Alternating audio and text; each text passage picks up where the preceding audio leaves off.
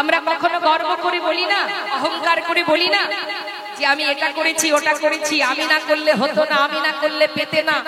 আমরা বলি না এটা আমার ওটা আমার, কিছুই আমার নয়।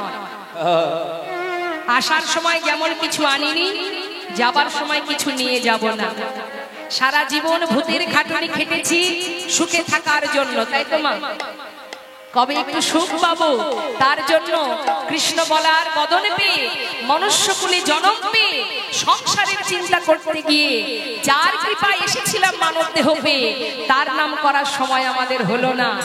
আজ বাড়ি, কাল গাড়ি, কাল এটা কাল সেটা, কোথায় গেলে সুখ পাবো?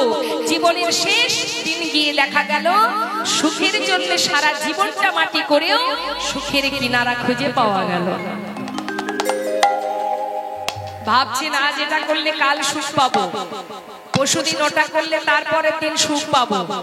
এটা জেনে রাখবেন, আপনার ভাবনার উপরে আরো একজন আছে ভাবনা করা। সংসার মানেই কোনোদিন সুখের কামনা করা যাবে না।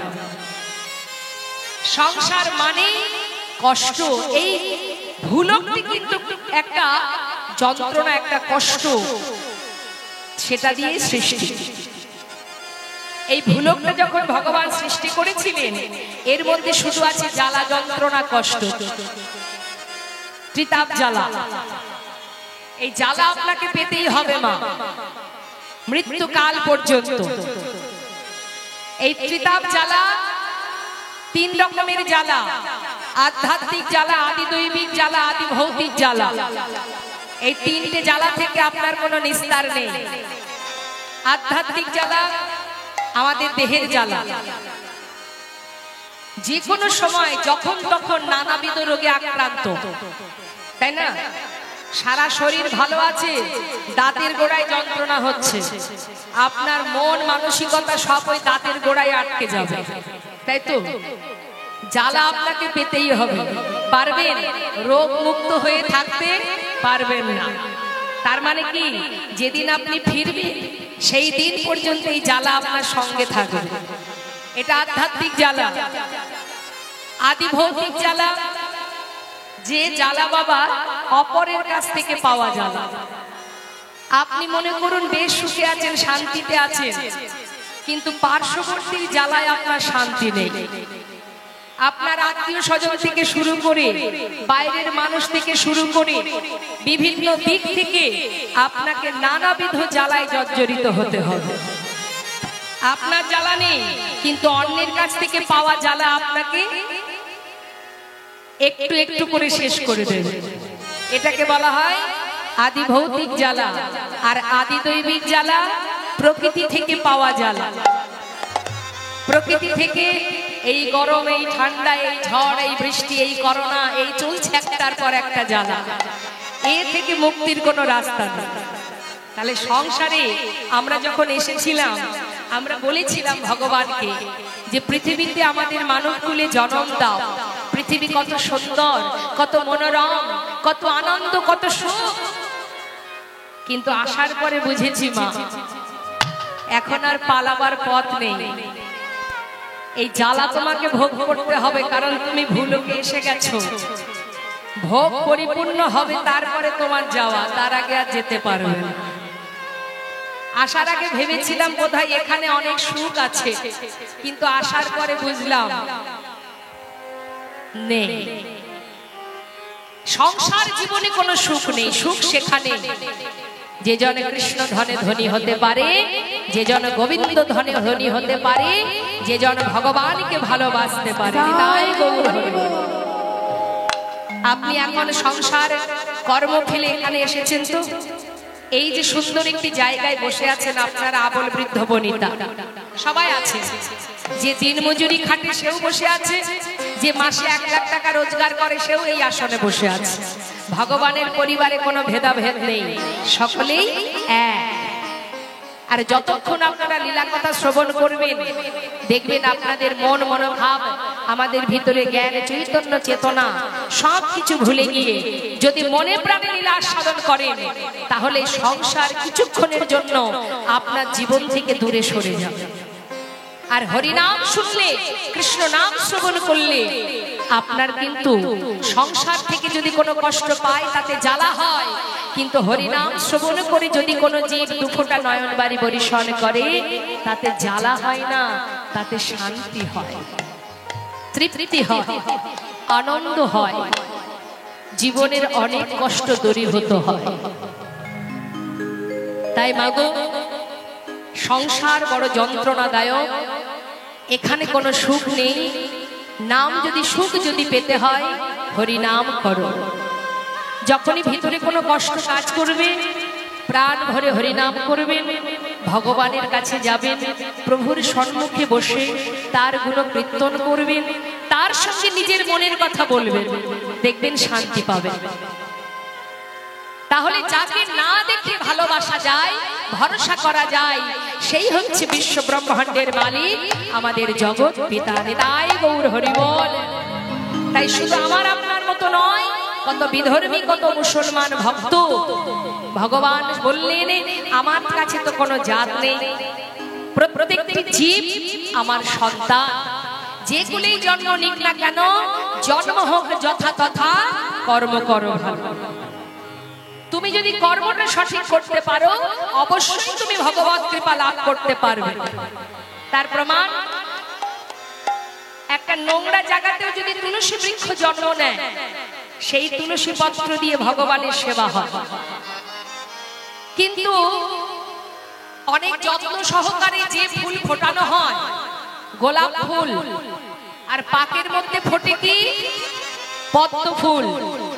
তাহলে একটা নোংরা জায়গা, একটা পচা পাকের মধ্যে জন্মালো পদ্ম, আর বাবুদের বাগানে ফুটলো গোলাপ। এই দুটো ফুলের মধ্যে কে পেয়েছে গোবিন্দ চরণ? জন্ম তোমার যেখানে হোক কোনো দুঃখ নেই, তোমার কর্ম যদি সঠিক থাকে, তোমার লক্ষ্য যদি সঠিক থাকে, আর কেউ তোমার পাশে থাকুক বা না থাকুক, ভগবান সদা সর্বদাই তোমার কাছে। ভরসা যদি করতে হয়, নির্ভরশীল যদি হতে হয়, সংসারের প্রতি ভরসা করো না।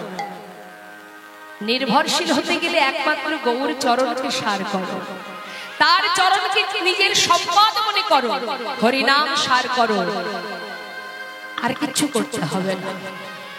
কৃত্যে যজ্ঞায়তে বিষ্ণু ত্রেতায় যজ্জতে মোক্ষ, দাপরে পরিচর্যং কলো তদ্ধরি সংকীর্তন। নাম ছাড়া কলিজীবের নাহি আর ধর্ম, সর্বধর্ম সার নামেই শাস্ত্র মন। নামেই মুক্তি, নামেই উদ্ধার।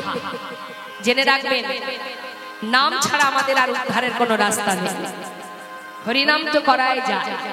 রাধারানী আয়ানের ধরণী হয়ে কর্ম করেছে, রন্ধন করেছে, মন দিয়েছিল গোবিন্দের কাছে। সদা সর্বদাই তার মনে একজনই বসেছিলেন, অনাদি আদি গোবিন্দ। তাই তুমিও কর্ম করো, রন্ধন করো, সংসার করো, ছেলে মেয়ের ভবিষ্যৎ তৈরি করো, সবই করো, এগুলো তোমার দায়িত্ব। কিন্তু মনটা দিও না। মন যদি দিতে হয়, সঁপে দাও গোবিন্দ চরণে। নিতাই গৌর হরি। তাহলে একসঙ্গে দুটো কাজ, কৃষ্ণ ভজন, সংসারের প্রতি দায়িত্ব, কর্তব্য, দুটোই পালন হবে। হেমশয়ে অতি গোরা সুমধুর হাসছরা, জগজন নয়ন আনন্দ। হেম মানে কি? হরে কৃষ্ণ। আমার সঙ্গে কথা বলতে হবে। আজকের এই মুহূর্তটুকু আর কারোর সঙ্গে কথা বলতে দেব না। হেম কথার অর্থ হচ্ছে, হ্যাঁ সোনা। আমার বাবা সব জায়গায় থাকেন তো, সব মুখস্থ হয়ে গেছে। এখন সোনার কত নাম, ভালো জিনিসের অনেক নাম হয়, তাই না মা? ধরুন কারোর একটা ছেলে, দেখবেন আদরের সন্তান হলে তার 10টা নাম থাকে, থাকে না? ঠাকুমা এক আদরের নামে ডাকে, মা বাবা এক নামে ডাকে, বন্ধুরা এক নামে ডাকে, আবার কাগজে কলমে এক নাম থাকে, কত নাম। তা সোনা, তার কত গর্ব যে আমি এত দামি, এত মূল্যবান, আমি এত সুন্দর, আমাকে কতজনে কত ভাবে ডাকে। কেউ বলে হেম, হেম মানে সোনা, কাঞ্চন মানে সোনা, হাটাক মানে সোনা, বাবা কত নাম তার। তা গর্ব তো হওয়ারই বিষয়। অহংকার, সোনার খুব গর্ব যে আমার মতো সুন্দর, আমার মতো দামি আর কেউ নাই। নিতাই গৌর হরি। কিন্তু ভক্ত কি বলছে? সোনা, আমরা নদিয়ার গৌরকে বলি না, নদিয়ার চাঁদ আমার সোনার গোড়া। হরি বল, হরি বল। এই সোনার গোড়া কথাটা বললেই আমাদের মনে হয় সোনা অর্থাৎ এ জগতের যে সোনা, সেই সোনার মতো দেখতে আমার গৌর হরি। এটা আমরা ভেবে বসি, মনে মনে ভাবি। তা সোনার মতো দেখতে গৌর সুন্দর, শাস্ত্রে বললেন তার সঙ্গে কিঞ্চিত তুলনা করা যায়, কিন্তু সোনার গোড়া বলা যাবে না। কেউ যদি বলে নদিয়ার চাঁদ সোনার গোড়া, তাহলে মুশকিল, কারণ সোনার গোড়া কখনো হতে পারে না। গৌর হরির সঙ্গে সোনার তুলনা করছেন কেন? জীবকে বোঝাবার জন্য যে তার অঙ্গ কান্তি, তার সৌন্দর্যটা কেমন, কেমন তার অঙ্গের বরণ, দেখতে কেমন, এটা বোঝাবার জন্য সোনার সঙ্গে তুলনা করছেন। তাই বলে সোনার গোড়া হতে পারে না, কারণ এই সোনা আর ওই সোনা যে আকাশ পাতাল তফাৎ। কি তাই তো মা? দেখুন তফাৎ গুলো দুটো একটা আপনাদের বোঝায়। গৌর সোনা এই জগতের সোনা, এই সোনা যদি কেউ যদি চোখে একবার দেখে, মনে করুন কেউ যদি একটা অলংকার তৈরি করে, সোনার গহনা বানায়, আপনাকে যদি বলে দিদি একটা সোনার গহনা বানিয়েছি, দেখে আসিস, এত ভরির, এত দামি, এত টাকার, এই ব্যাপার, আপনার কিন্তু মনটা উথাল পাথাল করবে, যাইতে একবার দেখে আসি গহনাটা কেমন, তাই না? আপনি দেখতে গেলেন বাবা, সোনার গহনাটা দেখে ঘরে এলেন, পরের দিন আবার মনে হবে যাই তো আর একবার দেখে আসি, মনে হবে না। তারপরের দিন আবার মনে হবে যাই না আর একবার দেখে আসি। অর্থাৎ এই জগতের সোনা কেউ একবার দেখলে দ্বিতীয়বার দেখবার ইচ্ছা তৈরি হয় না। কিন্তু যদি কোনো ভাগ্যবান ভাগ্যবতী যদি সদ্গুরুর কৃপায় সেই সোনার গৌর হরি, নদিয়ার চাঁদ সেই গৌর সুন্দর, ওই গৌর সোনাকে যদি কোনো ভাগ্যবান ভাগ্যবতী চোখে একবার দেখে,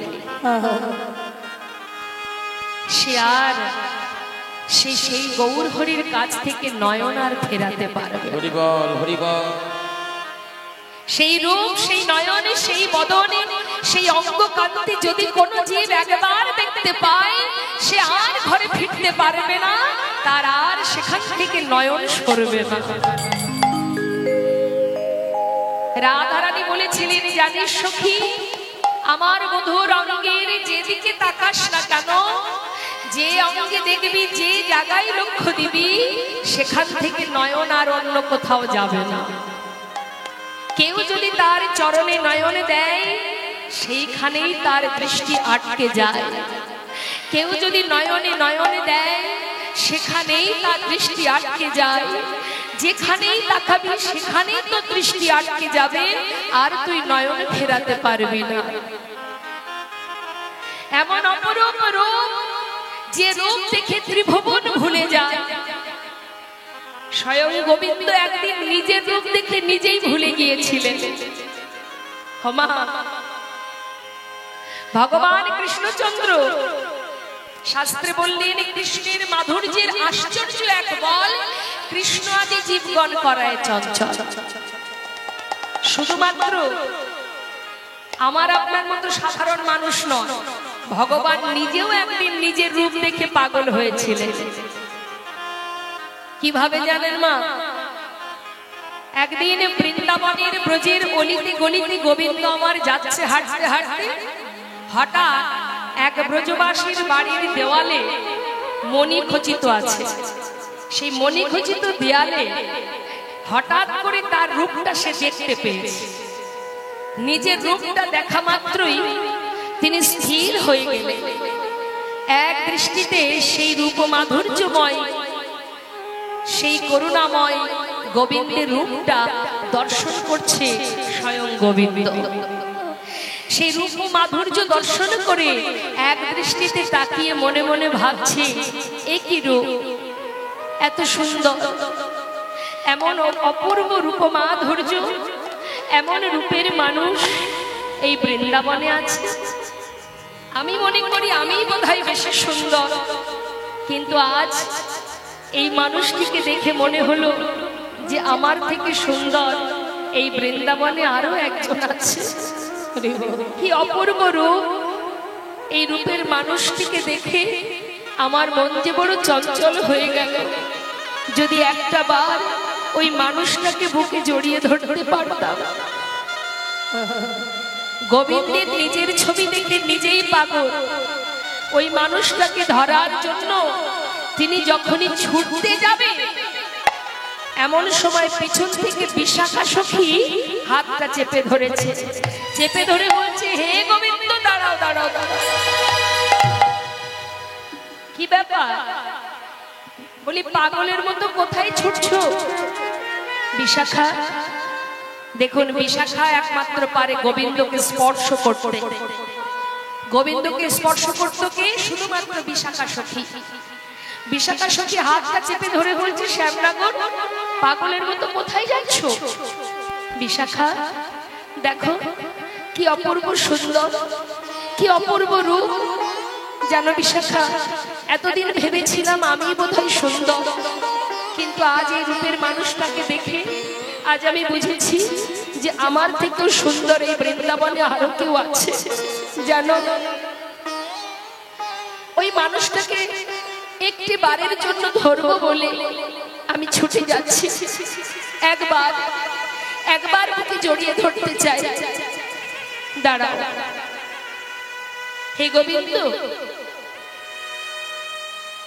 তুমি যে মানুষটাকে ধরবে বলে ছুটে যাচ্ছ, তাকে তো তুমি ধরতে পারবে না। কেন পারবো না? পারবে না, কারণ বিষয় হয়ে কখনো বিষয় ধরা যায় না। যাকে তুমি ধরবে বলে ছুটে যাচ্ছ সে হলো বিষয়, আর তুমি নিজে একজন বিষয়। তো বিষয় হয়ে কখনো বিষয় ধরা যায়? হ্যাঁ, তুমি ওকে ধরতে পারবে না। আর যাকে ধরবে বলে তুমি ছুটে চলেছ, সে তো আরো একজনের কাছে ধরা পড়ে আছে। চিরতরে সে ধরে রেখেছে, তাকে তুমি ধরতে পারবে না।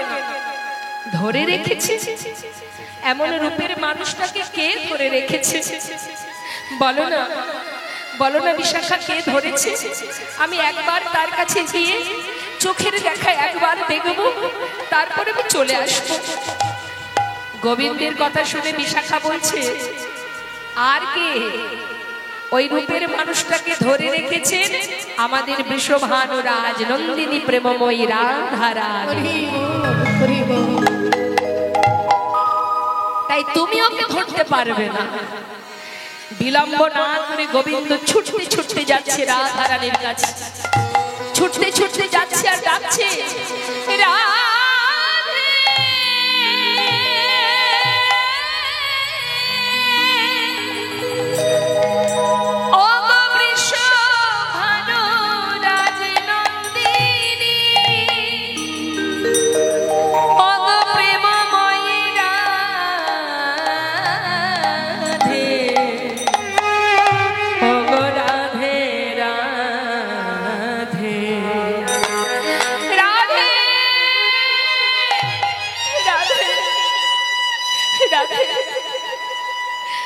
আমি বড় আশা নিয়ে এসেছি রাজা, তোমার কাছে আজ আমার বড় আশা।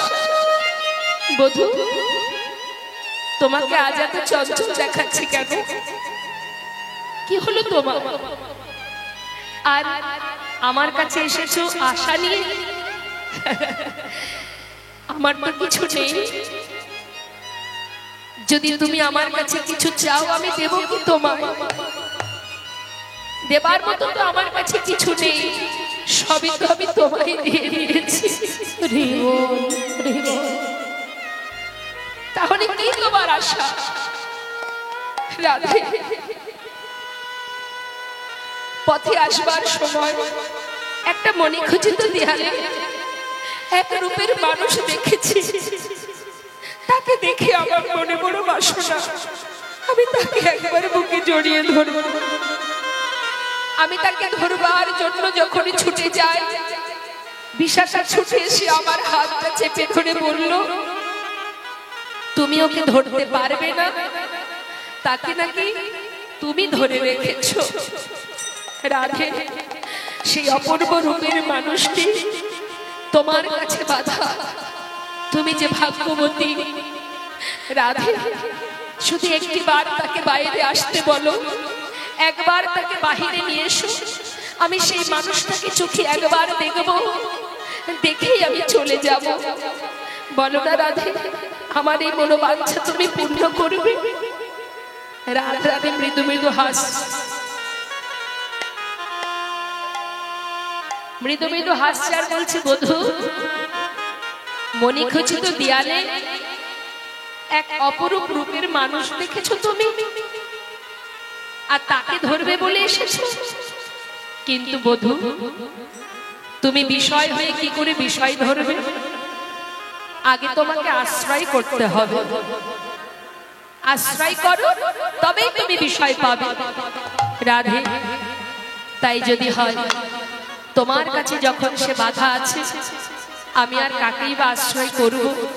রাধে, আমি তোমার চরণ দুখানে বুকে জড়িয়ে ধরছি। রাধে, তোমার ওই চরণে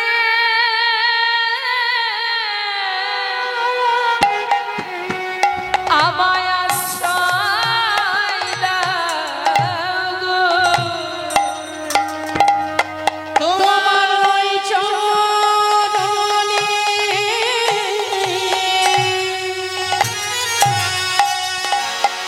আমার আশ্রয় দাও বলিও হে আমার প্রেমময়ী রাধে, তোমার ওই চরণে আমার আশ্রয় দাও।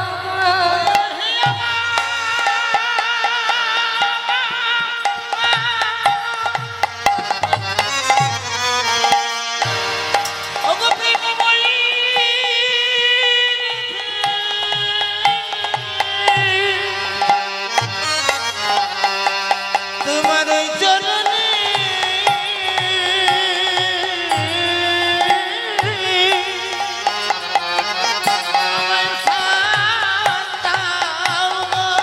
আমি আর কিছু চাই না ধনী, তোমার ওই চরণে আমায় আশ্রয় দাও গো। কিছু চাই না ধনী, তোমার ওই চরণে মহান করো। বড়ই আশা করে আমি এসেছি গো। তোমার ওই চরণে বড়ই আশায় এসেছি গো। আমি আর কিছু চাই না ধনী। হরি বল, হরি বল, হরি বল, ওই চরণে গ্রহণ বড় আশা করে এসেছি গো, হরি বল, হরি বল, বড় আশা করে এসেছি গো, আর কিছু চাই না, বড় আশা করে এসেছি গো, আর কিছু চাই না, বড় আশা করে এসেছি গো, ওই চরণে গ্রহণ বড় আশা করে এসেছি। তোমার ওই চরণে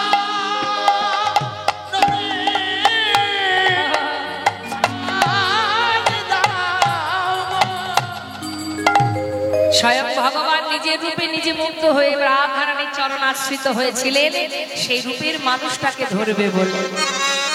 তাহলে বলুন বাবা, আমরা কেন পাগল হব না? আমার আপনার মতো মানুষের কথা বাদ দিলাম, কত বিধর্মী মুসলমান ভক্ত যারা, কত ভক্ত আছে যারা গৌর রূপ দর্শন করে পাগল হয়ে গিয়েছিলেন। তার প্রমাণ সম্রাট আকবর, নাসির মামুদ, নবাব হোসেন, আব্দুল করিম, কাজী নজরুল ইসলাম, তারাও প্রভুকে ভালোবাসতেন। গৌরহরি রূপ দেখে পাগল হয়ে কাজী নজরুল ইসলামের অনেক গান আপনারা শুনেছেন। কালকে আমাদের স্নেহের ভাই আমাদের পদ্ম পলাশ আপনাদের একটা গান শুনেছিল, আমি শুনতে পাচ্ছিলাম। খেলিছে বিশ্বলয় বিরাট শিশু আনমনে। কার লেখা, কার গান? খেলিছে বিশ্বলয় বিরাট শিশু। ভাবুন, যিনি বিশ্ব ব্রহ্মাণ্ড ব্যাপী, যার এক পলকে বিশ্ব ব্রহ্মাণ্ডে লয় হতে পারে, সৃষ্টি হতে পারে, সেই ভগবান শিশু রূপে বনে বনে খেলা করছে তার ভক্তগণকে নিয়ে। তাই আজ প্রেমময়ীর আহা করুণাময় গৌরহরি তিনি অপূর্ব মধ্যাহ্নকালীন সময় জেনে সেই অপূর্ব সময় দেখে রাধার কথা মনে পড়ে গেছে, রাধা ভাবে বিভোর হয়ে সেই ভাব প্রকাশ করছেন। মহাজন বললেন, এই জগতের সোনা আর গৌর সোনার তুলনা হয় না। এই জগতের সোনা কারোর ঘরে থাকলে তার ভিতরে অহংকার জন্মায়। কারোর ঘরে যদি একটু সোনা বেশি থাকে তার ভিতরে অহংকার জন্মায়। আমার এই আছে ওই আছে, হ্যাঁ, ভিতরে ভিতরে অহংকার। অহংকার শুধুমাত্র অর্থে হয় না মা, অহংকার বিভিন্ন কারণে হয়। পাণ্ডিত্যের অহংকার হয়, রূপের অহংকার হয়, তাই না বাবা? আবার ধন সম্পদের অহংকার হয়। তো মা বৈষ্ণব বললেন, এই জগতের সোনা ঘরে থাকলে অহংকার জন্মায়, আর যদি গৌর সোনা কারোর ঘরে থাকে সে কি হয়? মহাজন শাস্ত্রে বললেন, গৌর সোনা কারোর ঘরে থাকলে সে যে পথের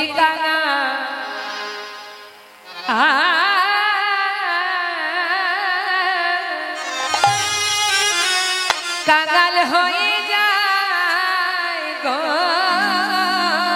সে যে পথের কাঙাল, পথের কাঙাল হয়ে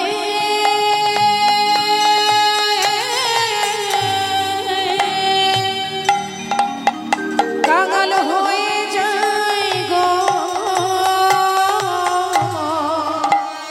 যে জন গৌর সোনা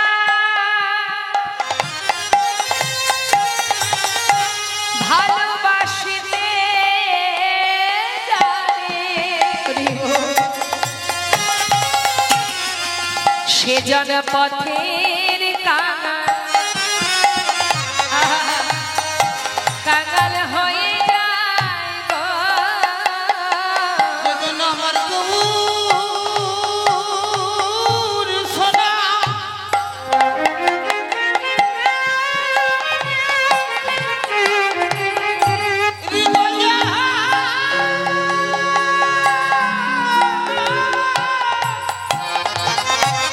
হৃদয়ে হৃদয়ে ধরে রাখিতে জানে, যে পথের কাঙাল হয়ে যায় না। যে জন গৌর সোনা হৃদয়ে ধরে রাখিতে জানে, যে জন গৌর ভালোবাসে সে দেখবেন দিনে দিনে সংসারের মোহমায়া একটু একটু করে ত্যাগ হয়ে যায়। গৌর ধনে ধনী হয়ে পাগলের ন্যায় পথে পথে ঘুরে বেড়ায়।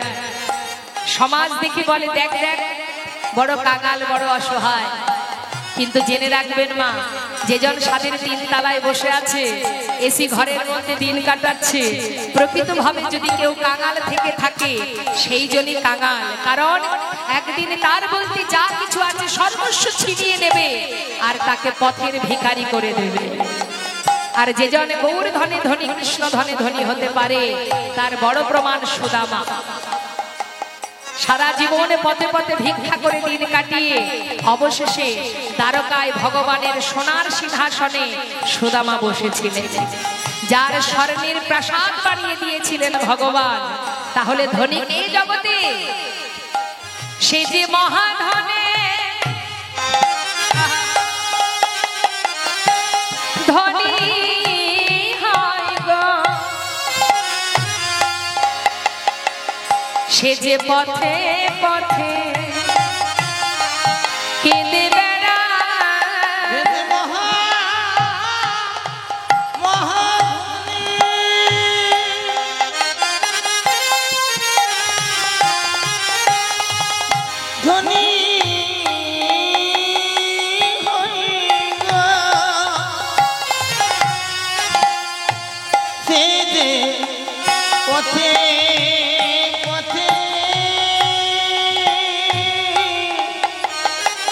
সেজে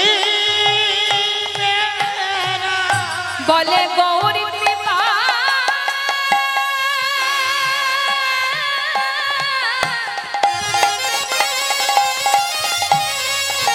গৌরী কৃপা একবার করো রে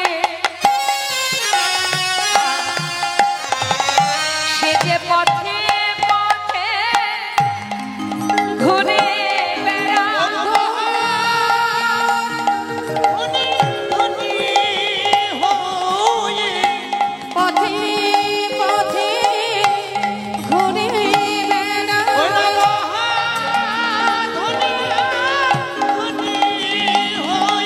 যে পথে পথে ঘুরে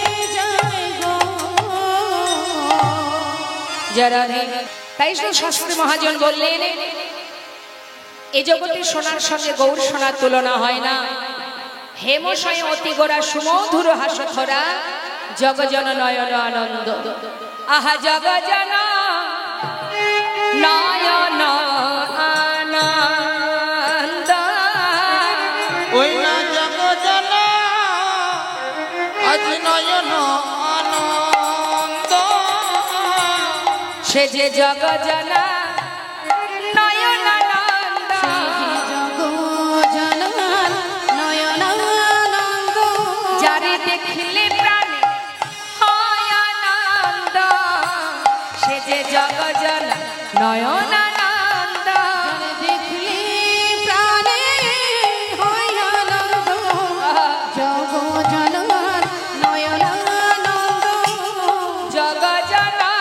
ওই না নয়ন আনন্দ ওই না জগজন নয়ন আনন্দ পীড়িতে মূরতি কি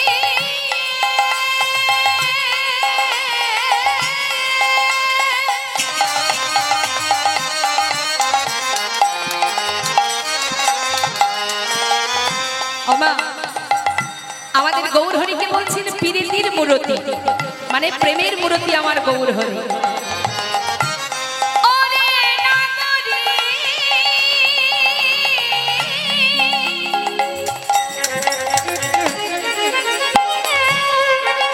ওরে নাগরী রে একবার দেখে যা গৌর মূরতি ওই না পীড়িতির মূরতি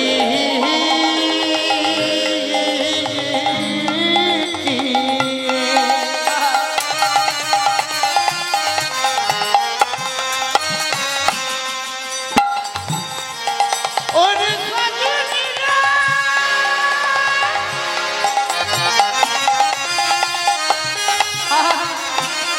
ওরে প্রাণ সজনী ওরে প্রাণ সজনী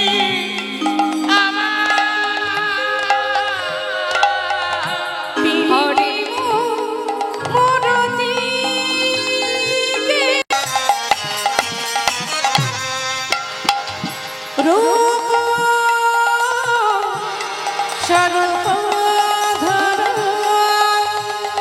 ওই ছানা পতি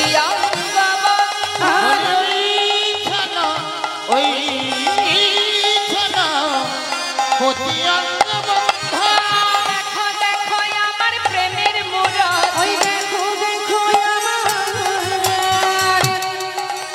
প্রেমের মূরতি যারে দেখলে প্রাণে হয় গো ভক্তি দেখো দেখো প্রেমের মূরতি দেখিলে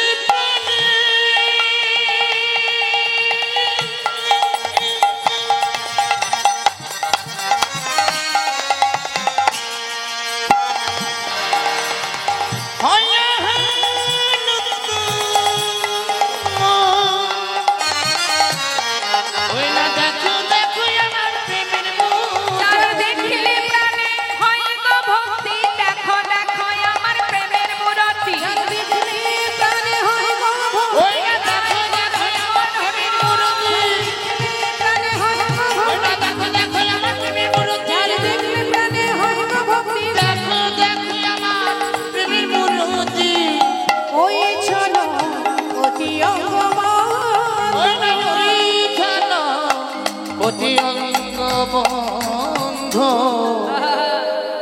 পিরিতি মূরতি গিয়ে রূপ স্বরূপ ধরো এই ছনপতি অঙ্গবন্ধ। আজ আমার নদিয়ার জাত গৌর সুন্দর প্রেমের মূরতি গৌর হরি তিনি কি করেছেন মা, মধ্যাহ্ন সময় দেখে সুন্দর করে একটা শাড়ি পরেছেন, কাপড় পরেছেন, একটা কাপড় পরেছেন। কেন? আজকে তিনি রাধা সেজেছেন। রাধা সেজে সেই ভাব হঠাৎ তার মনে পড়ে গেছে, ভাবের আবেশে প্রকাশ করছেন সেই ভাব। আর সকল ভক্ত পার্ষদ যারা, তারা সবাই এক দৃষ্টিতে তাকিয়ে আছে, দেখি প্রভু কি করে। এখন গৌরহরি শাড়িটা পরে যাচ্ছে মা, আর সবাইকে ডাকছে। মহাজন বললেন, দেখো দেখো আহা আজুকিয়ে নবদ্বীপ চন্দ, ওই নয়া চুকিয়ে নবদ্বীপ চন্দ্রা চুকিয়ে নবদ্বীপ চন্দ্র। কি করছে? আজ ভাবের আবেশে শাড়ি পরেছে। আর ঠিক রাধারানী যখন হেলতে দুলতে যায় না মা, আস্তে আস্তে ধীরে ধীরে রাধারানী যখন আমার হেলতে দুলতে যায়, সেই ভাব প্রকাশ করছে আমার গৌরহরি। তেমন ভাবে বলছে, দেখো কামিনী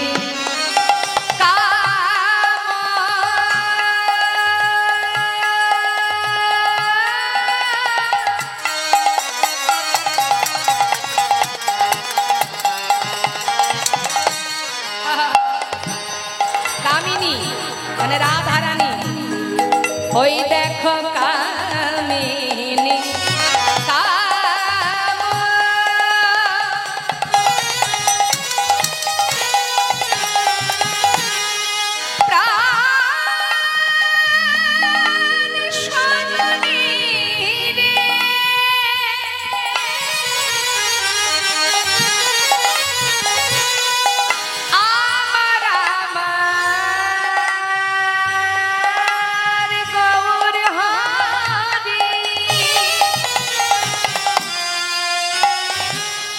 ওই না কামিনী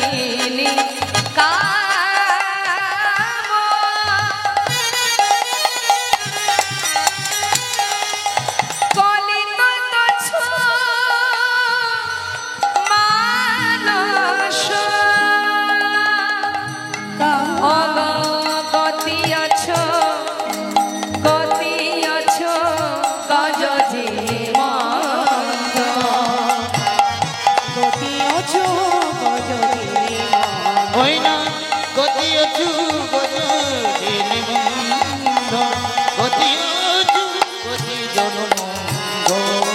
সেজেছে কামিনী, সেজেছে কিশোরী, সেজেছে কিশোরী, সেজেছে কিশোরী, ভাবনিধি গৌরহরি সেজেছে কিশোরী, ভাবনিধি গৌরহরি সেজেছে কিশোরী, ভাবনিধি গৌরহরি সেজেছে কিশোরী। ভাবনিধি গৌরহরি সেজেছে কিশোরী, মধ্যাহ্ন সময় জানি সেজেছে কিশোরী, মধ্যাহ্ন সময় জানি সেজেছে কিশোরী, মধ্যাহ্ন সময় জানি না জানি কোন ভাবের উদয়, নাই গৌরহরি ভাবের উদয়, সেজেছে কিশোরী, না জানে মনে ভারীর উদয়, সেজেছে কিশোরী, না জানে মনে ভারীর উদয়।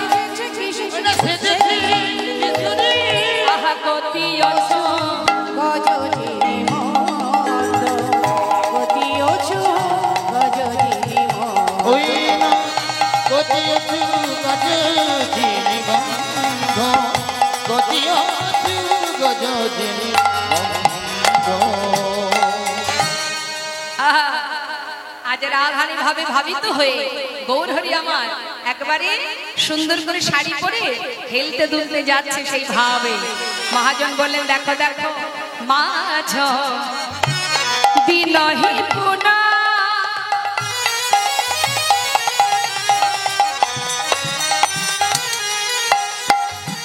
বাসনে আবৃত তনু, আর মাঝ দিনহি কোন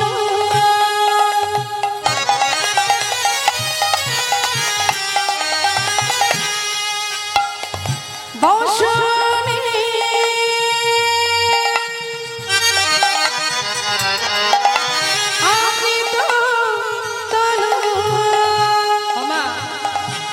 বসনে আবৃত, মানে বসন দ্বারা নিজের দেহটাকে সুন্দর করে ঢেকে নিয়ে মুখে কি বলছে?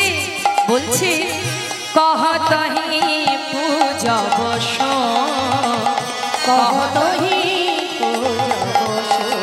ওই নারী কহতহি পূজিব কহতহি পূজিব পূজা যে করিব, পূজা যে করিব, পূজা যে করিব, পূজা যে করিব ভাবা বেশে গৌর বলে পূজা যে করিব, ভাবেশে গৌর বলে পূজা যে করিব, মধ্যাহ্ন সময় জেনে বলে পূজা যে করিব, সবাই চিনি পূজা যে করিব আহা কহতহি পূজা বসন, কহতহি পূজা বসন। ওই না কহতহি পূজিব কহতহি পূজিব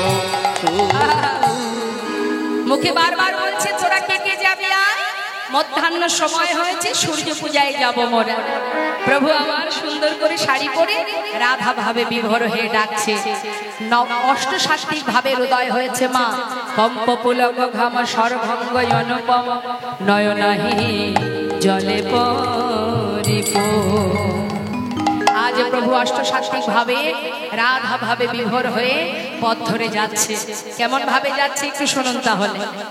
রাধা রানী গোবিন্দ সেবায় যাবার পথে মনে মনে ভাবে বাদিনী পিছন থেকে দেখছে না তো। তার মনে মনে চিন্তা হয় যে বাদিনীকে আড়াল করে এলাম, কি জানি বাবা তারা আবার দেখছে না তো।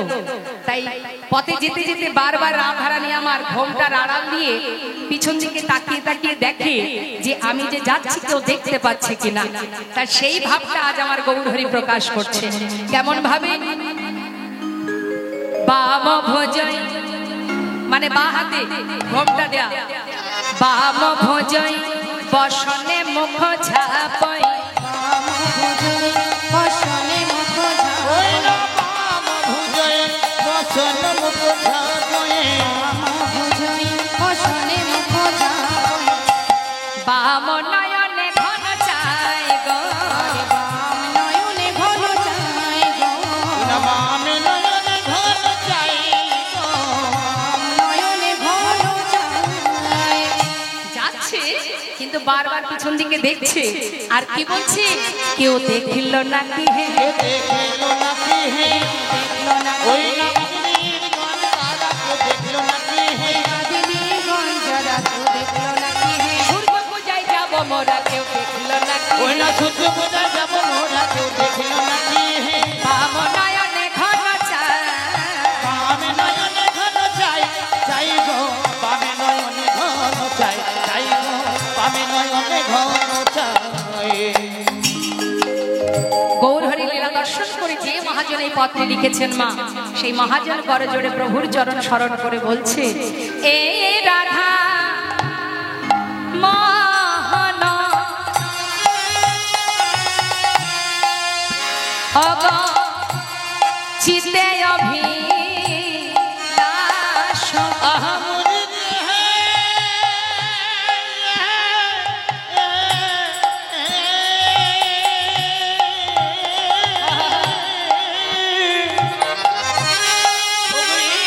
রাধা রাধা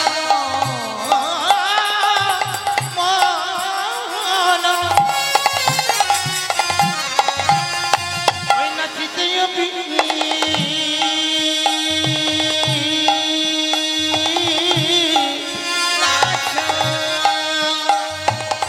চিতে অভিলাষ, মানে হৃদয়ের মাঝে একটা অভিলাষ আছে। যে মহাজন এই পদ লিখেছেন, কি অভিলাষ? সইচরণ যেন হে দেবা, সইচরণ যেন পাই গো, আহা সইচরণ যেন পাই। রজনী রে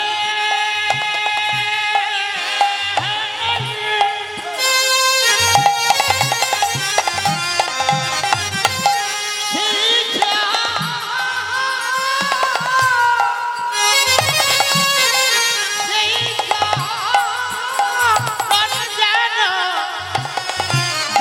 পাই রে, সেই চরণ যেন পাই। চরণ সেবা অধিকার দিও, এই চরণ সেবার অধিকার দিও। আমি আর কিছু প্রভু চাই না গো, শুধু চরণ সেবা অধিকার দিও। আমি আর তো কিছু চাই না বধু, যেন চরণ সেবা অধিকার দিও। আমি আর কিছু চাই না দয়াল, বলি হে আমার করুণাময়। আর কিছু চাই না দয়া, ওই চরণ সেবার অধিকার দিও। বলি হে আমার করুণাময়। ওই চরণ সেবার অধিকার দিও। আর কিছু চাই না দয়া, চরণ সেবার অধিকার দিও।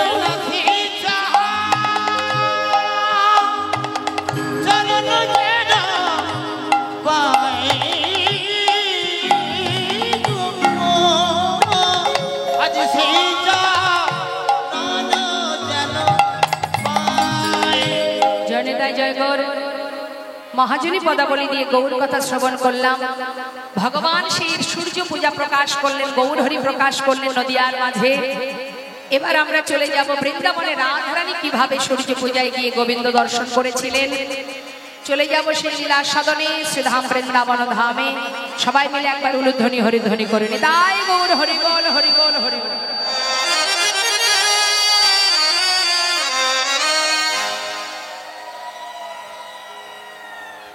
রাধে রাধে, চলো চলো চলে যা।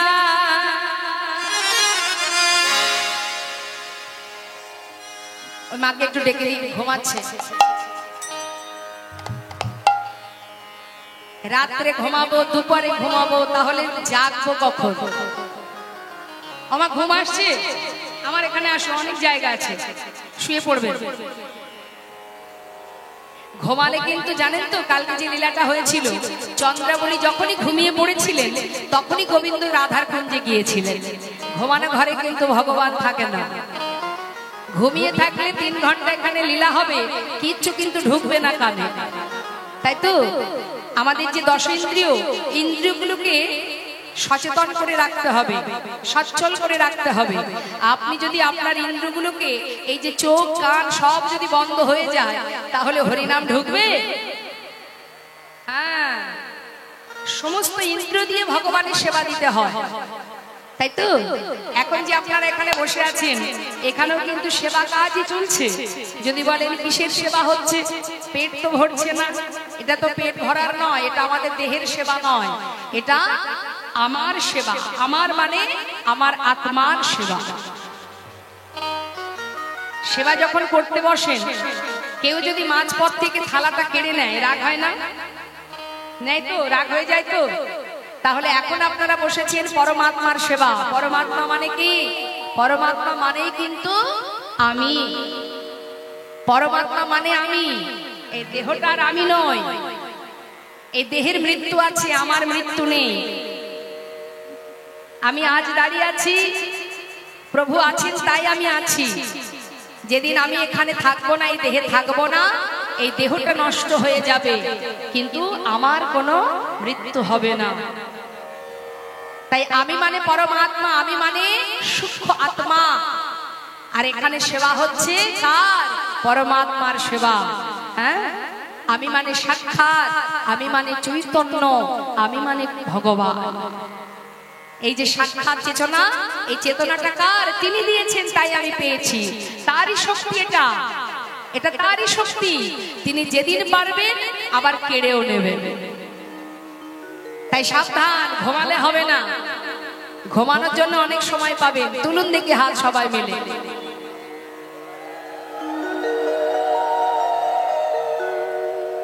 চলো চলো চলে যা বৃন্দাবনে, চলো রে সবাই।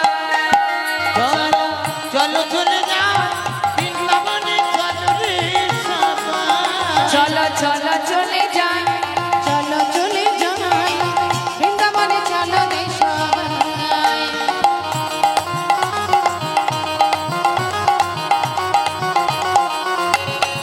রাধে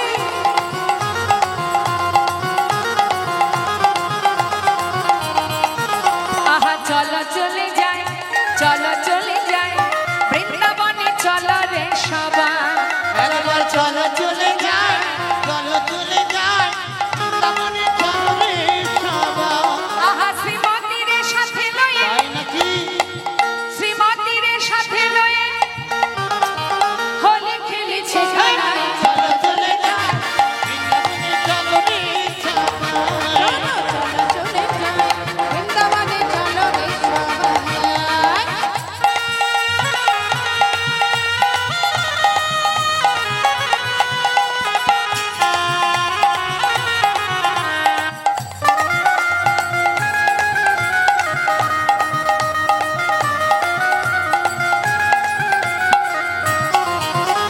বসন্তের লাগে পরম গিরিধারীর মনে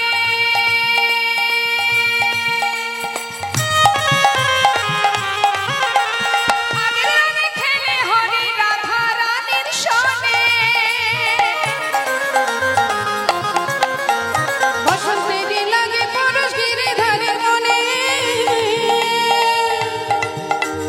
ভাগে ভাগে খেলে হলে রাধা রানীর সনে রঙিন হল কানুর রঙে তাই নাকি রঙিন হল কানুর রঙে আয়ানের ঘরণী গাই চলো চলে যাই বৃন্দাবনে চলো রে সবাই চলো চলো চলে যাই বৃন্দাবনে চলো রে সবাই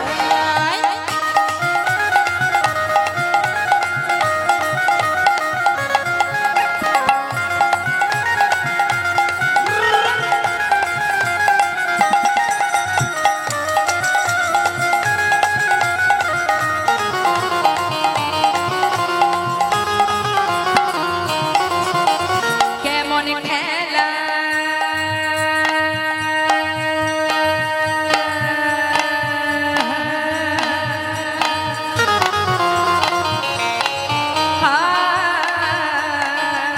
কেমন খেলা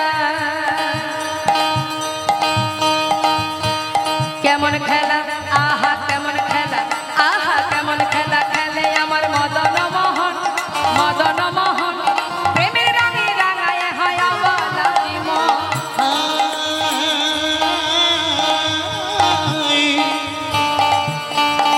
কেমন খেলা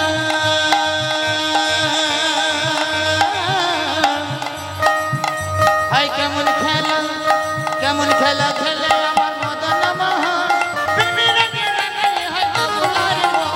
শ্রীমতী নাই রাজমদন তাই নাকি দেখে শ্রীমতী নাই রাজমদন কৃষ্ণ চূড়া রাঙাটাই চলো চলে যাই হরি বল রাধে রাধে বৃন্দাবনে চলো রে সবাই ওই না বৃন্দাবনে চলো রে সবাই বৃন্দাবনে চলো রে সবাই ওই না বৃন্দাবনে চলো রে সবাই বৃন্দাবনে চলো রে সবাই বৃন্দাবনে চলো রে সবাই বৃন্দাবন ধাম কি জয় রাধা রানী কি জয় মাত বিহারী লাল কি জয় রাধে রাধে রাধে শ্যাম সুধা বৃন্দাবন গোবিন্দ প্রভাত কালে ক্ষীর স্মরণ অবনী সেবা করে চলে গেলেন গোষ্ঠ মাঝে চন্দ্রশালিকায় বসে বসে রাধা রানী সখী বেষ্টিত হয়ে গোবিন্দের গমন দর্শন করে নয়নের জলে বুক ভাসিয়ে কাঁদছে আর সখীদের কাছে মনের দুঃখ জানাচ্ছে হরি বল মায়েদের আবার উলুধ্বনি উলুধ্বনি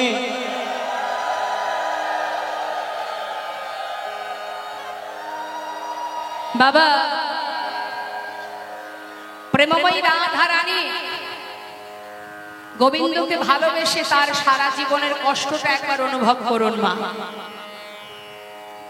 যে জন কৃষ্ণ ধনে ধনী, কৃষ্ণ দুঃখী দুঃখী, কৃষ্ণ সুখী সুখী, সেই রাধারানীর কষ্টটা একবার ভেবে দেখুন। গোবিন্দ জীবকে বুঝিয়ে গেছেন, জীবকে শিখিয়েছেন, জানিয়েছেন, বুঝিয়েছেন সবার আগে ধর্মকে রক্ষা করার জন্য আমার যুগে যুগে অবতার।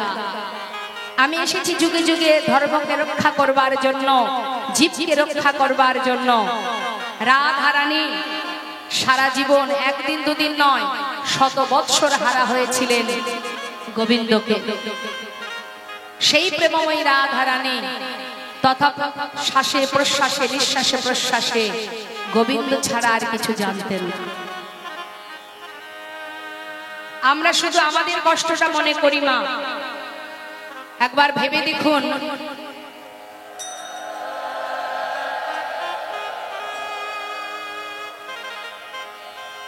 চিন্তা করে দেখুন কতজনের কথা বলবো যে জনই ভগবানকে ভালোবাসে তাকেই কষ্ট পেতে হয়। তবে তিনি যেমন কষ্ট দেন তেমন আবার তার জন্য অনেক বড় উপহারও তিনি রেখে দেন। কষ্ট তিনি তাকেই দেন যাকে তিনি নিজের করে ভালোবাসেন।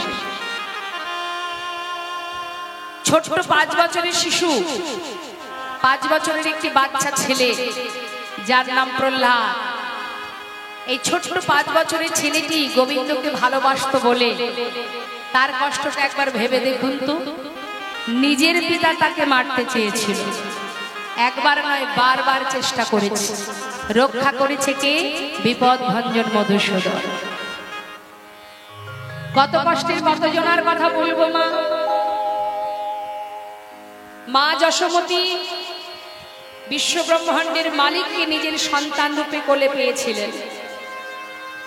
সেই মা কি সুখ পেয়েছিলেন সারা জীবন। ছোটবেলা থেকেই তার ভিতরে একটা ভয়, আমার পুত্র আমার কানায় গোষ্ঠে যায়, মাঠে যায়, ধেনু চড়ায়। ওই দুষ্টু রাজা কংস মহারাজ না জানি কখন কাকে পাঠিয়ে আমার সন্তানকে প্রাণে মেরে দেয়। সকালবেলা গোষ্ঠে পাঠিয়ে সারাদিন মা পথের দিকে তাকিয়ে বসে থাকে, কখন আমার কানাই ঘরে ফিরবে। সেখান থেকে পাঠিয়ে দিল মথুরায়। মহারাজ নিয়ে গেলেন অক্রূরকে দিয়ে। মা যশোমতী জানে সেই কংস মহারাজ তাকে আমন্ত্রণ করেছে, আমার পুত্রকে কানাই বলায় 2 ভাই চলে গেল। মা জানে কংস কখনোই আমার সন্তানের ভালো চায় না, তারপরেও তাকে বিদায় দিতে হয়েছিল মথুরায় যাওয়ার জন্য।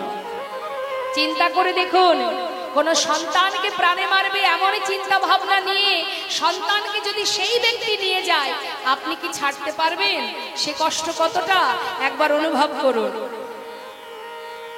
তারপর সেখান থেকে কংসকে উদ্ধার করে গোবিন্দ আর ফেরেনি। গুরুকুল থেকে শিক্ষা অর্জন করে সেখান থেকে চলে যায় দ্বারকায়। তাহলে কি মা সন্তান, ভগবানকে সন্তান রূপে পেয়ে যে কিনা ভগবানের মা, তার জীবনের কষ্ট কতটা? আমরা মনে করি আমাদেরই মনে হয় বেশি কষ্ট। নিজে ভগবানের কথাই ভাবুন না, একবার গোবিন্দের কথা চিন্তা করুন। জন্মাবা মাত্রই মায়ের দুগ্ধ পান করতে পারেনি, জন্মাবার পরেই তাকে সঙ্গে সঙ্গে গোকুলে পাঠিয়ে দেয়। সেখান থেকে নানা অত্যাচারে অত্যাচারিত হতে হতে আবার গোবিন্দ চলে যায় ধর্মকে রক্ষা করবার জন্য। চিরতরে সবাইকে ছেড়ে, মা বাবা বন্ধু বান্ধব সব ছেড়ে দিয়ে চিরতরে রাধারানীকে কাঁদিয়ে ধর্মকে রক্ষা করার জন্য তিনি দ্বারকায় চলে গিয়েছিলেন। তাহলে মা ভগবানের ধর্মকে রক্ষা করার জন্য, ভক্তদের রক্ষা করার জন্য, সন্তানের মঙ্গলের জন্য যুগে যুগে এসেছেন। আপন জনকে ফেলে দিয়ে তাদের চিন্তা করে গেছে। আর আমরা কে আপন কে পর আজও বুঝে উঠতে পারলাম না। আজও চিন্তা করতে পারলাম না যে কোনটি আমার আপন আর কোনটি পর, কোনটি সার কোনটি অসার। শুধু তাই নয়, মা দেবকী সন্তান রূপে গর্ভে পেয়েছিল গোবিন্দকে, সারা জীবন তাকে কারাগারে থাকতে হয়েছে। দ্রৌপদী চিন্তা করে দেখুন তার কষ্ট, গোবিন্দকে ভালোবাসতো, কত ভাবে তাকে অপমানিত হতে হয়েছে।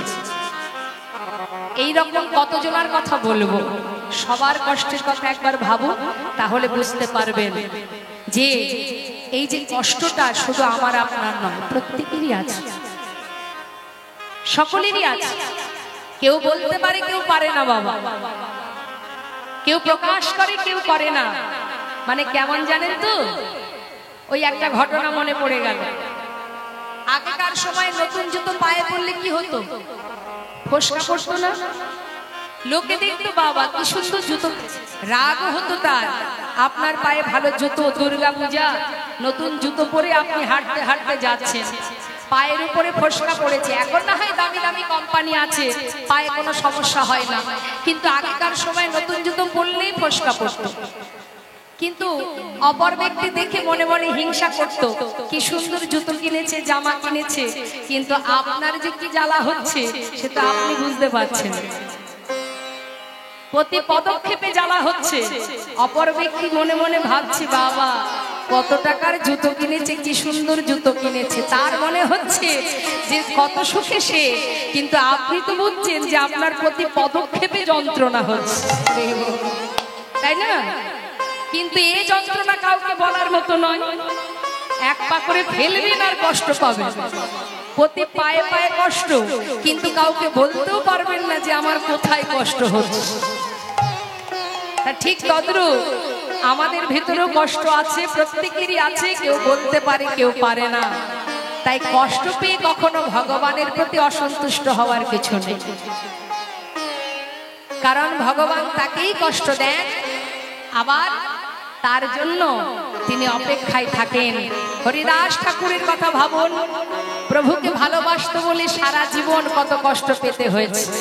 নামাচার্য শিলা ঠাকুর হরিদাস সর্ব অঙ্গ থেকে এমন ভাবে মেরেছে, চাবুকের আঘাত করেছে যে অঙ্গ থেকে রুধির ঝরছে, তথাপিও তার বদনে একটাই নাম, কৃষ্ণ কৃষ্ণ। স্বয়ং মহাপ্রভু সেই হরিদাসের জীবনের শেষ দিনে অন্তিম ক্রিয়াকর্ম করেছিলেন নিজে পুত্র সেজে। তাই ভক্ত হওয়া সহজ কথা নয় বাবা। আজ আমার রাধারানীর কষ্টের কথা ভাবুন। গোবিন্দকে ভালোবেসে ওই বাদিনীর ঘরে থেকে গোবিন্দকে দেখতে পেতেন না। হ্যাঁ, ওই চিলে কোঠায় বসে বসে বধূ একবার গমন আর একবার ফিরে আসা, এই যাওয়ার সময় একবার, আসার সময় একবার, দিনে দুইবার দেখতে পেত, আর সখীদের কাছে মনের দুঃখ প্রকাশ করত। সখীরে, আমার বধূ গোষ্ঠে গেল, প্রখর রৌদ্রের তাপ, সারাদিন বধূর কত কষ্ট হবে। দেখ, এই দেখ, সুন্দর করে একটা মালা গেঁথেছি বধূকে পরাবো বলে, কিন্তু এমনই অভাগিনী আমি, নিজে হাতে তার গলায় পরাতে পারবো না, তাই তোদের হাতে দিয়ে আমাকে পাঠাতে হয়। কি করব বল? সখীরে, ওই দেখ যায় আমার বধূ। আহা, সকালে সকালে গধেন লইয়া বধূ আমার গঠে গেল বিনোদিয়া। ওই না সকালে গধেন লইয়া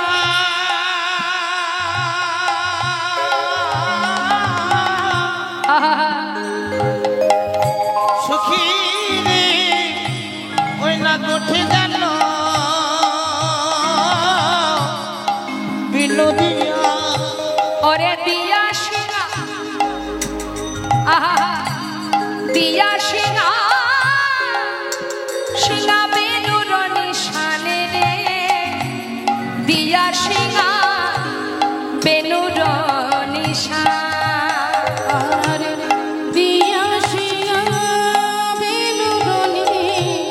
নিশানে রে, দিয়া সিংহা বেনুর নিশানে।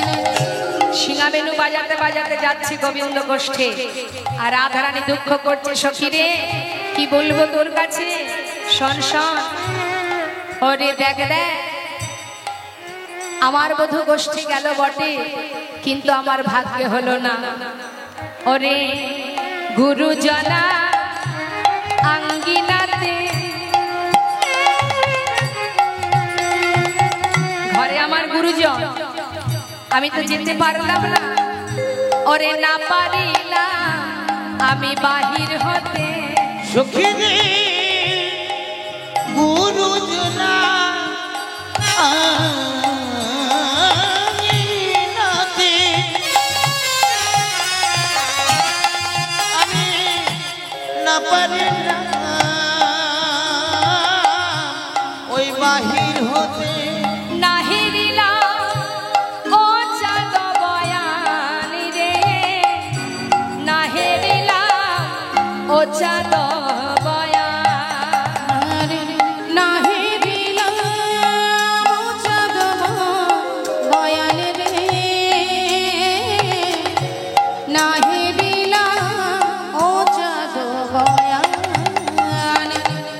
সখী রে ভালো করে দেখা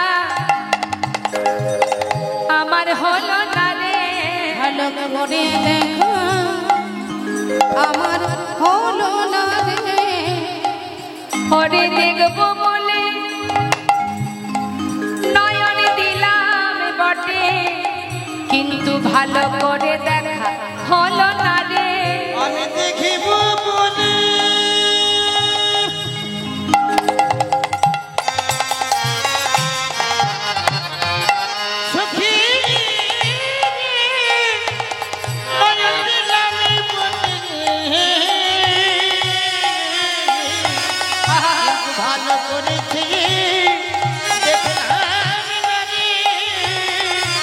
নাহে দিলা ও চাঁদ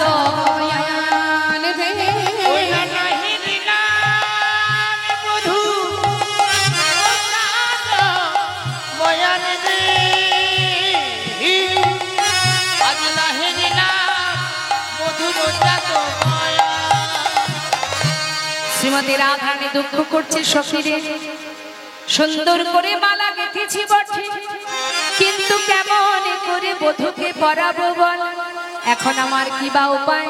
শ্রীমতী রাধারানী দুঃখ করছে মা, কিন্তু দুঃখ করতে করতে হলো কি দেখুন, হঠাৎ দেখছে সেই পথ দিয়ে তুলসী যাচ্ছে, বৃন্দাসখী তুলসী। তুলসীকে দেখে রাধারানী বলছে সখী ওই দেখ তুলসী যায়, ওই দেখ তুলসী যাচ্ছে, তবে কি তুলসীকে ডেকে নেব? আয় তুলসী, তুলসী। তুলসী মনে মনে ভাবছে যা, প্রভাত কালে হরিদাসী কৃষ্ণদাসী রাধারানী যখন ডেকেছে, দিন আজ ভালোই যাবে। দেখবেন প্রভাত কালে বৈষ্ণব দর্শন হলে মা, সাধু গুরু বৈষ্ণবের দেখা হলে জানবেন সেই দিন আপনার শুভ। তাই তুলসী যেই না রাধারানী ডেকেছে, মনে বড় আনন্দ, যাক হরিদাসী কৃষ্ণদাসী রাধারানী ডেকেছে, দিনটা আমার ভালোই যাবে। মনের আনন্দে এবার রাধারানীর কাছে এসে দাঁড়ালেন, বলে জয় রাধে রাধে রাধে রাধে। ও রাধে, এত সকাল সকাল আমায় ডাকলে, কি ব্যাপার? যাক শুভ দিন আমার, মঙ্গলের দিন আমার, এত আনন্দ হচ্ছে বলে বোঝাতে পারবো না। তুলসী বলছে রাধে আমায় ডেকেছিস কেন? আয় আমার কাছে আয়, তোর কাছে দুটো মনের কথা বলবো। মনের কথা? হ্যাঁ, কি তোর মনের কথা? শোন রাধে, তোর মনের কথা আর মুখের কথা সবই তো তোর কৃষ্ণ কথা, তা বল দেখি কি বলবি।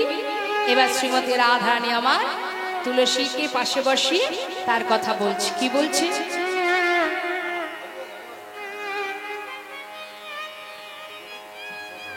তো এখানে একটু ছোট করে একটু তাল করব, তারপরে আবার আমরা লীলা সাধন করব। কেবা রাধি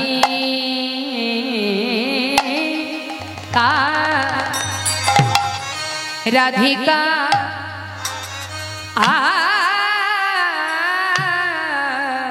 রূপসী, রাধিকার রূপসী ল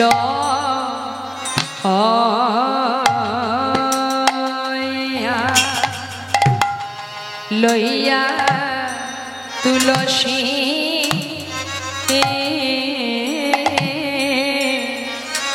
আজি রাধে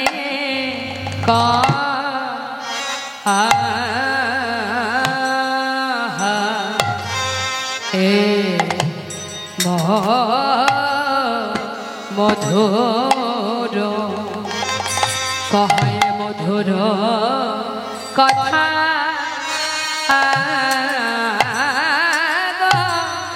ওরে শোন তুলসী মধুর কথা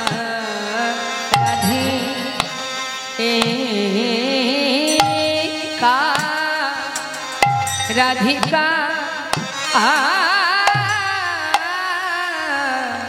রূপসী বলে শোন তো সে মধুর কথা শুনতো লসি মধু কথা লসি মধুর কথা বলিয়ে যে বড় ভজনের কথা বলে শুনতো লসি মধুর কথা বড় ভজনের কথা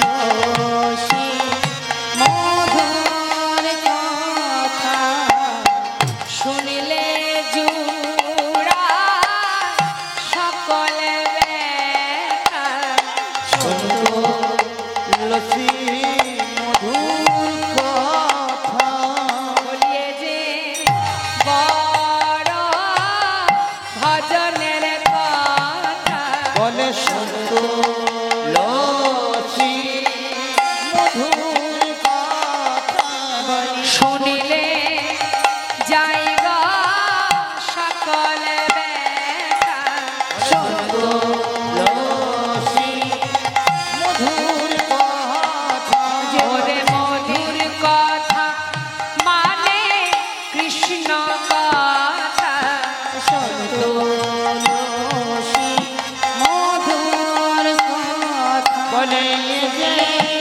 বড় মধুর কথা শুনতো লসি মধুর কথা ওই শুনলে যায় গো সকল ব্যথা শুনতো লসি মধুর কথা শুনলে যায় গো সকল ব্যথা শুনতো লসি মধুর কথা শোন তুলসী মধুর কথা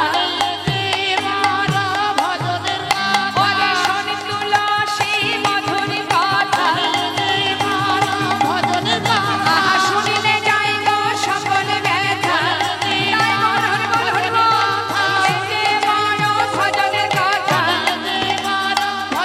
কথা আহা শুনতো লসি মধুর কথা এই তুলসী এদিকে আয়, তোর কাছে দুটো মধুর কথা মনের কথা বলবো বল বল আমি তো শোনার জন্য এসেছি কি বলবি বল ওরে তুলসী রে আয় পাশে আয় রাধিকা রূপসী লইয়া তুলসী কহায়ে মধুর কথা ওই রাধিকা রূপসী লইয়া তুলসী কহে মধুর কথা ও তুই কাননে গহনা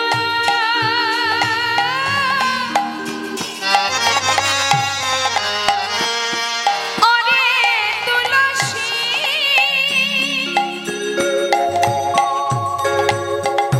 যা যা একবার গিয়ে দেখি আয় রে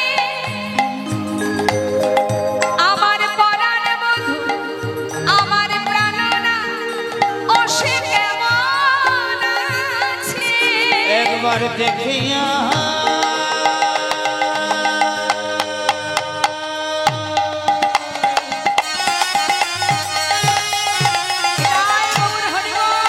ওরে তুলসী রে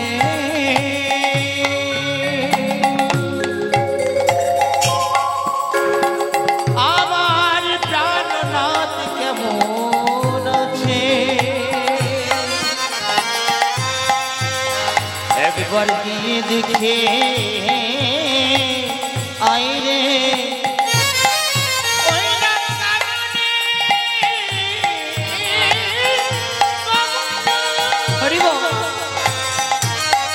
ওই না কোন এখন নাগর শেখর যথা নাগর শেখর যথা সখী দেখে আইরে একবার দেখে আইরে একবার দেখে আইরে যা যা সখী দেখে আইরে ওই যা যা সখী দেখে আয় রে আমার পরাণ বধূ সে কেমন আছে যা যা সখী দেখে আমার আমার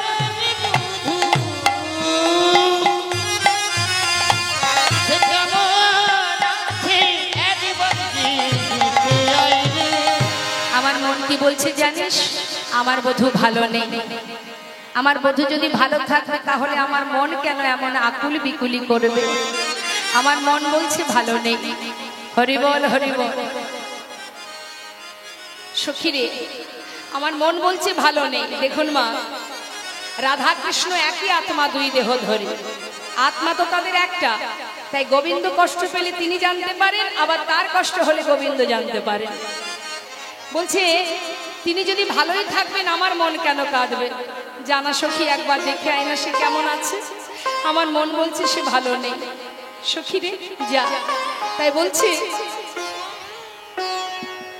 তার কাছে যে যাবি কখন যাবি জানিস শোন তোকে বুঝিয়ে দিই তুই তো অত শত জানিস না সখী বলছি বল রাধে কখন যেতে হবে শোন কখন যাবি সময় বুঝিয়া সরস হইয়া মিলবি না দরকার ওই না সময় বুঝিয়া সরস হইয়া মিলিবি না দরকার সময় থাকতে করিস দেখা সময় থাকতে করিস দেখা সময় থাকতে করিস দেখা সময় থাকতে করিস দেখা অসময়ে গেলে দেখা হবে না রে সময় থাকতে করিস দেখা গেলে দেখা পাবি না হে সময় থাকতে করিস দেখা হরে কৃষ্ণ বলছে গোবিন্দকে দেখতে গেলে যদি দেখতে চাস তার সঙ্গে যদি দেখা করতে চাস সময় থাকতে দেখা করবি সময় চলে গেলে অসময় গেলে কিন্তু দেখা পাবি না নিতাই গৌর হরি বাবা দেখবেন ছোট ছোট বাচ্চারা হরিনাম করে না অনেক বয়স্ক বাবারা আছেন তারা বলে হ্যাঁ রে এই খোকা এত তাড়াতাড়ি এই পথে নেমে গেলি অনেকে বলে এত তাড়াতাড়ি এই পথে নেমে গেলি এখন রাধারানী বলছে যদি গোবিন্দ দর্শন করতে হয় সময় থাকতে পথে নামতে হবে অসময় গেলে হবে না সময় যদি ফুরিয়ে যায় না তাহলে গন্তব্যস্থলে পৌঁছাতে পারবো মাঝপথে বসে বসে কাঁদতে হবে সেখানে আর যাওয়া হবে না মহাজন বললেন সময় করিয়া পত্রী ধরিয়া যেবা চলে দ্রুত গতি সময়ের শেষে অনায়াসে সেজন চলে যায় আপন বাসতে নিতাই গৌর হরি আমরা ভগবানকে কখন স্মরণ করি সব সময় করি সময় কোথায় সময় হোক অনেকে বলে বাবা সংসার করেছি এখন কি আর ওই কীর্তন শুনতে যাওয়ার সময় আমার বাবা সময় নেই সংসার করেছি না সংসারের জন্য আর কীর্তন শুনে লাভ নাই আচ্ছা বলুন তো দেখি মা সত্যি কি সংসার করেছি আমরা আসার আগে কি সংসার ছিল না ছিল কি না আমরা তো সংসারের মধ্যেই এসেছি, আবার আমি যদি মারা যাই সংসার আমার সাথে সাথে চলে যাবে? তাহলে সংসার আমরা কেউ করিনি, সংসার আগে থেকেই ছিল, আমি সেখানে এসেছি। কি জন্য এসেছি? কৃষ্ণ ভজিব বলে। সংসারে আইনো, কিন্তু মায়া আমাদের গ্রাস করেছে, মিছে মায়ায় বদ্ধ হয়ে বৃক্ষ সম হয়ে, তাই না? ফল রূপে পুত্র কন্যা ডাল ভাঙি পড়ে, কাল রূপে সংসারে পক্ষী বাসা করে। এমন ভাবে আষ্টে পৃষ্ঠে জড়িয়ে গেছি, আমরা কোথা থেকে এসেছি কোথায় যাব সেটাই আমরা ভুলে গেছি। নিতাই গৌর হরি বল। তাই সখী বলছি, রাধারানী হ্যারে শোন, সময় থাকতে দেখা করবি, সময় গেলে কিন্তু আর পাবি না। যা করবি সময় সময় মতো করবি, অসময়ে নয়। সখীরে, সময়ে বুঝিয়া সরস্ব হইয়া মিলিবি না গরকা। সরস্ব হইয়া মানে রূঢ় ভাষায় কথা বলবি না আমার বধূর সঙ্গে, হ্যাঁ, নরম সুরে কথা বলবি। তবে শোন, ও তো বড় চতুর, যেন বুঝতে না পারে আমি তোকে পাঠিয়েছি। চতুর নিকটে কহবি কপটে, চতুর নিকটে কহবি কপটে, রাখবি নারীর মান, রাখবি নারীর মান। ওই চতুর নিকটে কহবি কপটে, রাখবি নারীর মান, রাখবি নারীর মান। যা যা, বধূ কেমন আছে সেটা জেনে আন, আর নারী জাতির মানটা বজায় রাখবি। নারীর মান সম্মান যেন ধুলোয় মিশিয়ে দিস না, কারণ তুইও নারী আমিও নারী। নারীর যে মানটা আছে মানটা বজায় রাখিস। নারীর মানে যেন বজায় থাকে, যেন বজায় থাকে, তুইও নারী আমিও নারী, মানে যেন বজায় থাকে। তুইও নারী আমিও নারী, নারীর মান যেন বজায় থাকে, রাখবি নারীর মান, রাখবি নারীর মান। বৃন্দা সখী বলছে, বাবা বাবা, এত বড় কঠিন কাজ, যেতে হবে তার কাছে, তার সে কেমন আছে সন্ধান আনতে হবে, আবার নারীর মান বজায় রাখতে হবে। দেখ রাধে, এত বড় কাজ করব, শুধু শুধু করব না, বিনিময়ে কিছু দিতে হবে। বল তুই কি নিবি? এই নে, আমার এই দামি মূল্যবান গজমতি হারটা তোকে দিয়ে দিচ্ছি। আরে দূর, ও মতি নিয়ে আমার কোনো কাজ নেই। শোন রাধে, যদি কখনো কোনো সময় তোদের দুজনকে মিলন করাতে পারি, আমার মনে বাসনা তোরা যুগল হয়ে দাঁড়াবি, যুগল দর্শন করাবি আমায়। কথা দে, এই বাঞ্ছা পূর্ণ করবি তো? কথা দিলাম। তাহলে শোন, এই মালাটা গেঁথেছি বধূর জন্য, আমার বধূর গলায় পরাবি, আর কর্পূর তাম্বুলে দিলাম বধূর জন্য, তাকে সেবা দিবি। তবে একটা কথা জানিয়ে রাখি, আমার বধূকে যখন খাওয়াবি তখন বধূর মুখের দিকে যেন তাকাস না। এ আমার কি কথা? দেখ রাধে, তোর সব কথা মানতে রাজি, কিন্তু তুই যে বলছিস তার মুখের দিকে না তাকিয়ে খাওয়াতে, না দেখি কখনো খাওয়ানো যায়? সখী রে, কেন বললাম জানিস? আমার বধূর বদন পানে যদি একবার তুই নয়ন দিস, ওই নয়নে যদি তোর নয়ন দুয়ে দুয়ে চার হয়ে যায়, তুই আর নয়ন ফেরাতে পারবি না। আর তুই যদি নয়ন ফেরাতে না পারিস, তুই তো আর ঘরেও ফিরতে পারবি না। আর তুই যদি ঘরে না ফিরিস, তাহলে তো আমি আমার বধূর সন্ধান পাবো না, আমার বধূ কেমন আছে সে বার্তা পাবো না। সেই জন্য বললাম, ওই নয়নে যেন নয়ন দিস না। ঠিক আছে রায়, আমি চেষ্টা করব। বেশ, তাহলে যা, তাড়াতাড়ি যা। বৃন্দা সখীর আনন্দ ধরছে না মা, ফুলের মালাটা হাতে নিয়ে আর কর্পূর তাম্বুল নিয়ে ছুটছে। যখনই ছুটছে, পিছন থেকে রাধারানী আবার ডাক দিয়েছে, এই তুলসী, তোর এত আনন্দ কিসের? তুই তো আমার জন্য যাচ্ছিস, আনন্দ তো আমার হবে। এমন ভাবে যাচ্ছিস যেন মনে হচ্ছে আমি তোকে পাঠিয়েছি। আরে এইভাবে যাওয়ার কি আছে? এত আনন্দ তোর কিসের? শোন, এইভাবে যাস না। শ্রীমতী রাধারানী কথা শুনে বৃন্দা সখী বলছে, শোন রাধে, তুই তো আর আমার জায়গায় নোস, তাই আমার জায়গাটা তুই বুঝবি না। শোন, আমার এত আনন্দ কেন জানিস? এই যে আমি তোর জন্য যাচ্ছি, যদি তাকে তোর সঙ্গে আমি এক করতে পারি, মিলন করাতে পারি, রাধে তুই তো তোর বধূকে পাবি, আর আমি, তুই একজন পাবি, আমি দুইজন পাবো। তুই একজন পাবি, আমি দুইজন পাবো। তুই একজন পাবি, আমি দুইজন পাবো। একজন পাবি, আমি দুইজন পাবো। ওরে রাধা পাবো, আবার কৃষ্ণ পাবো, একজন পাবি তুই, দুইজন পাবো। রাধা পাবো, কৃষ্ণ পাবো। যুগল চরণ ধুলি মাথায় দেব। কৃষ্ণ পাবো, যুগল চরণ ধুলি মাথায় রাধা পাবো, কৃষ্ণ পাবো। তুই একজন পাবি, আমি দুইজন পাবো। একজন পাবি, আমি দুইজন পাবো। তোর আনন্দ যদি এক গুণ হয়, আমার আনন্দ দ্বিগুণ, কারণ আমি দুজনকে পাবো। তুই তো শুধু গোবিন্দকে পাবি, আর আমি যুগল পাবো। সেই আনন্দে আমি পাগল হয়ে যাচ্ছি। না না, এমন করে যাস না, একটু বুঝে শুনে চল। ঠিক আছে, এবার কর্পূর তাম্বুল হাতে নিয়ে বৃন্দাসখী যাচ্ছে গোবিন্দের সন্ধানে, যাচ্ছে মনের আনন্দে। আজ তুলসী উল্লাসী মনেতে হরসী, চলিলা রায়ের বলে। আর তুলসী তুলসী মনতে হরসী, চলিল রায়ের বলে। কর্পূর তাম্বুল লয়া ফুলহার, মিলিলা সরসী কুলে। কর্পূর তাম্বুল লয়া ফুলহার, মিলিলা সরসী কোলে। বাবা, সরসী কুলে গোবিন্দ বসে আছেন, রাধা কুণ্ডের তীরে বসে আছেন মা। যেই না দূর থেকে তুলসীকে দেখতে পেয়েছে গোবিন্দ, ডাকতে শুরু করেছে, তুলসী, ও তুলসী।